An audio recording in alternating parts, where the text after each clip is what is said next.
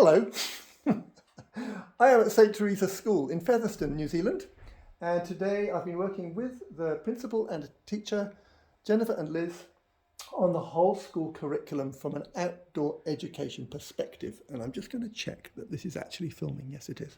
So this is the achievement we've made today.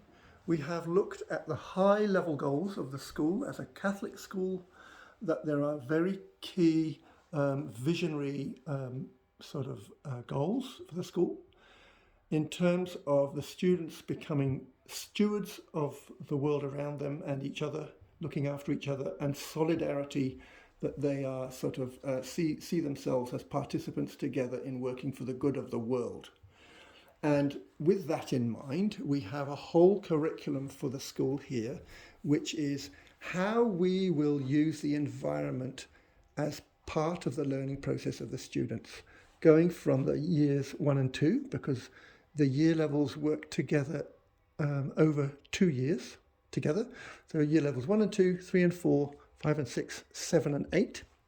And the learning process evolves, if you like, from building effective relationships with the world around them at a very local level, exploring and playing, and being in the environment, asking questions.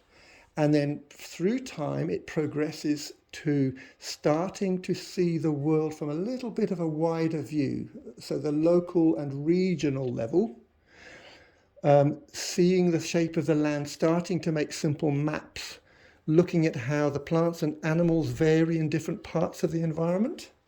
And that progresses to really starting to understand the geology that underlies the shape of the land, making maps again, navigation by the stars, looking at astronomy, and then looking at the ecology in terms of diversity and food webs and so on, and the layers of the forest and different environments, weather, how to measure the weather and make scientific, if you like, graphs and so on of the measurements.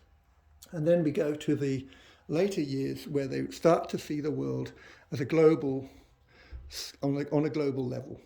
So we have plate tectonics and the features of the globe from a geological and geographic perspective. We start to understand the latitude and longitude and make global maps. We look at different cultural ways of understanding the world, such as the Maori moon calendar versus the Western calendar system. And then we look at ecology in more depth. And as we go down, we start to come to the climate and huge questions of the environment and how we participate to make the world a better place.